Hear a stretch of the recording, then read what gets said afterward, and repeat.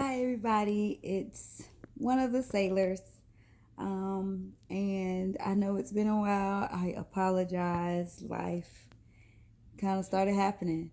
Yeah, I'm back here with an update for you guys. And today I would like to share my labor story. So, quick recap. If you're first watching this, if you're new to the channel, my name is Courtney.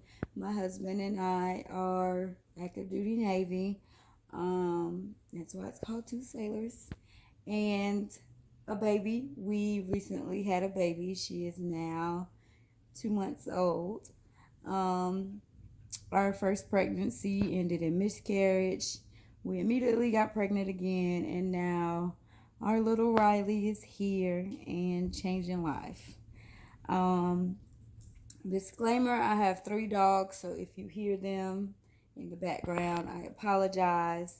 But yeah, life is happening around my house, so I'm okay with that. My labor story. First we have to recap pregnancy. Oh my gosh. I think the last video I did, I was very early in pregnancy. I can't even remember um, how far along I was. I think we were maybe like 7 or 8 weeks because I had gone to get my first ultrasound for this baby and hear the heartbeat and all that kind of stuff. So pregnancy was difficult, but as people say, it was definitely worth it. My first trimester wasn't that bad. I was tired. I slept. But I am a nurse, so I still work 12 hours, and I was on night shift. So that was a little interesting, but we made it through. Second trimester became uncomfortable. I was a lot bigger. Ironically, I only gained a total of maybe 8 pounds during pregnancy, but it was really uncomfortable. My baby girl sat really low most of the pregnancy, so I had a lot of back pain. I had to use the bathroom all the time. It was just interesting. Third trimester was really, really hard for me. Um, I got really bad heartburn, which led to nausea. I was never diagnosed with hyperemesis, but I did vomit like a little bit every day, which I think is what kept my weight down. Um, I didn't really monitor what I ate. I kind of ate what I wanted, but the fact that I was vomiting every day kind of kept my weight at a manageable number. Um, and according to the hospital, I am considered, or according to the data, I am considered overweight. I was 170 pre-pregnancy. Um, by the time I got in my third trimester, I had actually lost weight. I think I was like 165 on one of my appointments, and my doctor got really concerned.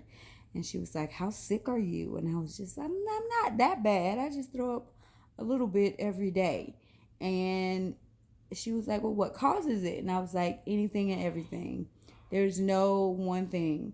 If I woke up and didn't eat within maybe 20, 30 minutes, I was vomiting. Sometimes I would eat and I still vomited.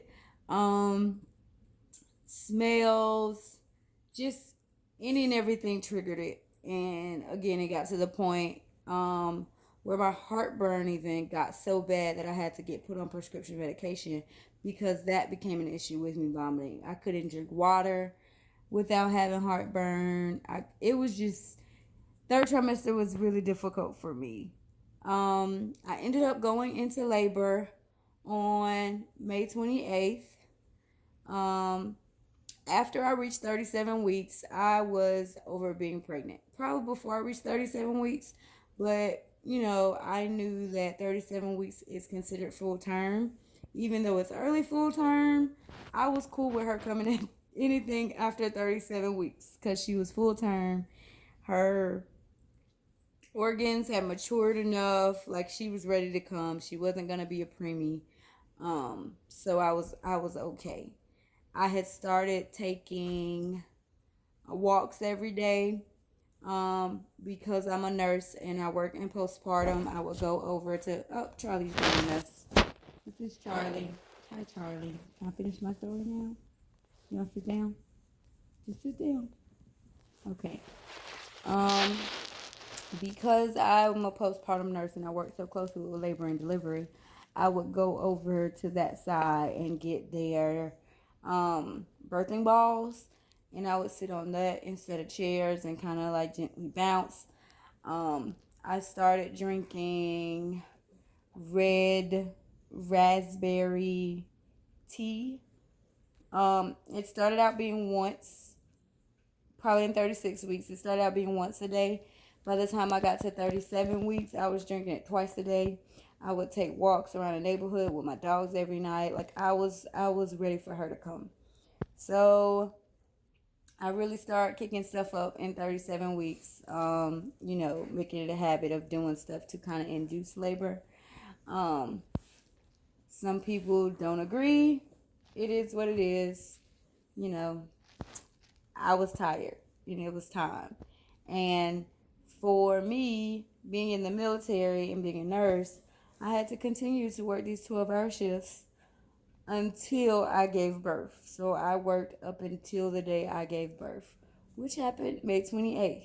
So the night before, or the day before, was Memorial Day. My husband and I grilled. We went and bought a grill. We had hamburgers and hot dogs. We chilled out. That night I was really uncomfortable, and I ended up having my water break probably around 12:45, um, midnight, after midnight. And my water didn't break like I thought. I thought it would be like something off of TV where you get this whoosh, blush of fluid, and you just know you're in labor. You start having contractions, intense contractions, all of this. Wasn't the case for me. Um, at my 37-week appointment, I was already 3 centimeters dilated, and I was already 80% effaced, which is the thinning out of your cervix. So I had already kind of started labor, but it wasn't in full blown effect. I had already started having contractions, but they weren't consistent and they weren't very painful. Even when my water broke, they didn't. That's what kind of made me hesitate to go into the doctor, because I wasn't having consistent contractions. They weren't very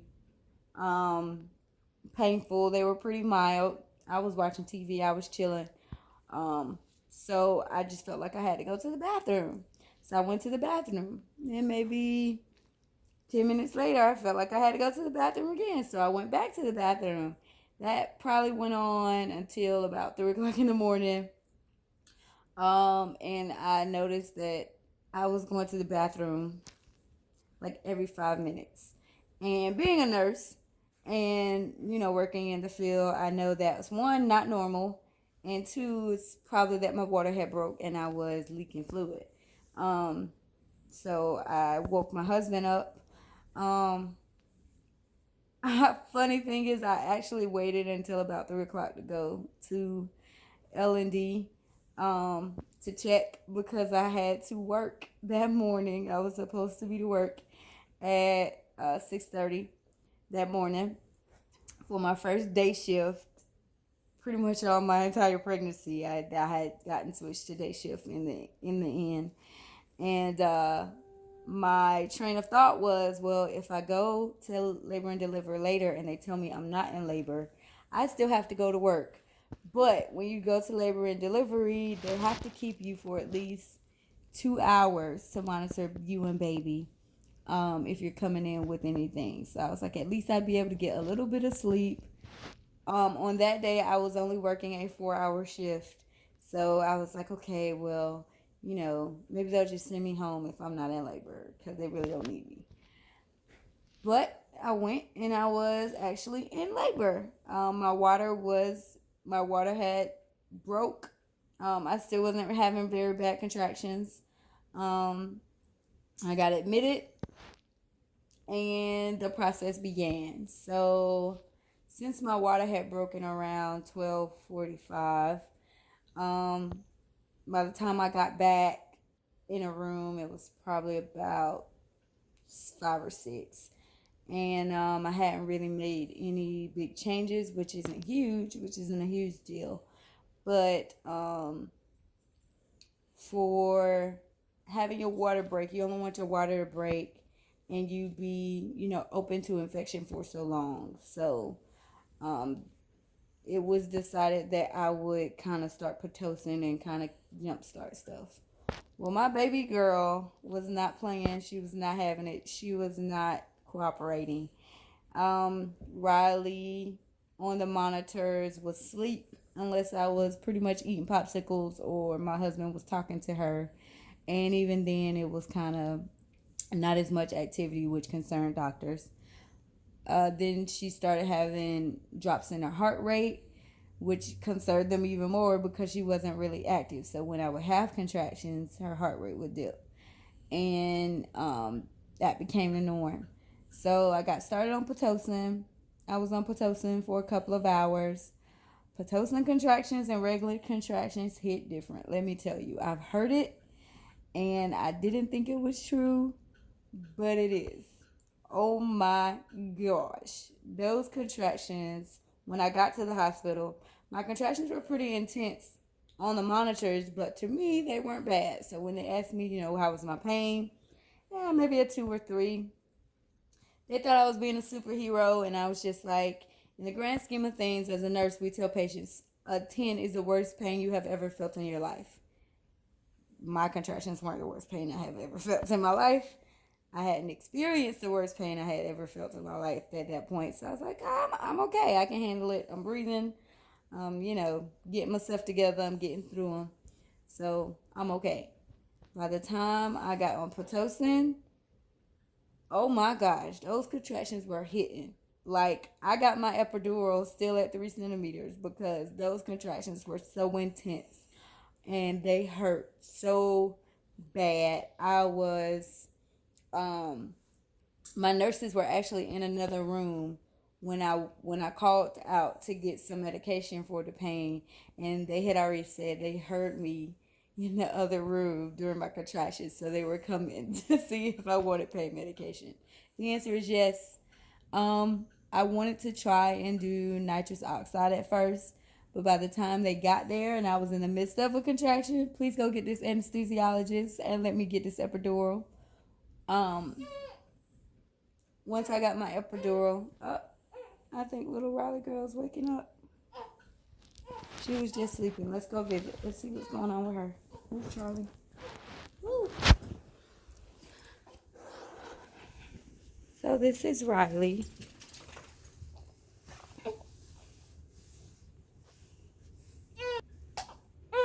So this is little Ryleigh. She just woke up. Ryleigh Nevae. This is our little rainbow baby. Say hi, Ry. No, you don't want to talk to the people? Anywho. So, I got my epidural. I still hadn't really slept, so I got a little bit of sleep. But Ryleigh was not, again, cooperating. She did not like the Pitocin. She started having really bad decels. At one point, everybody rushed in the room. They had me flipping from side to side. I had oxygen on. Like, she was not playing fair. I progressed in a couple of hours on the Pitocin to 7 centimeters. So I got to 7 centimeters, and then, again, she was not playing. She didn't want to go anymore. So after 4 hours, I got checked again. They took me off of the Pitocin because of her decels and kind of let me try to labor on my own. But after 4 hours of labor on my own, I had made no progress. I was still 7 centimeters. So with her having the decels, with her not being very active, and me still staying at 7 centimeters, they couldn't put me back on Pitocin because she had shown that she wasn't having it. So they decided to do, it was not they, it was a joint decision that we go ahead and do a C-section. So I ended up getting a C-section, and little Ryleigh was born May 28th at 17:21, which is 5:21 in the afternoon. So after 16 plus hours of labor, I ended up getting a C-section, and it was over in like 20 minutes. She was born.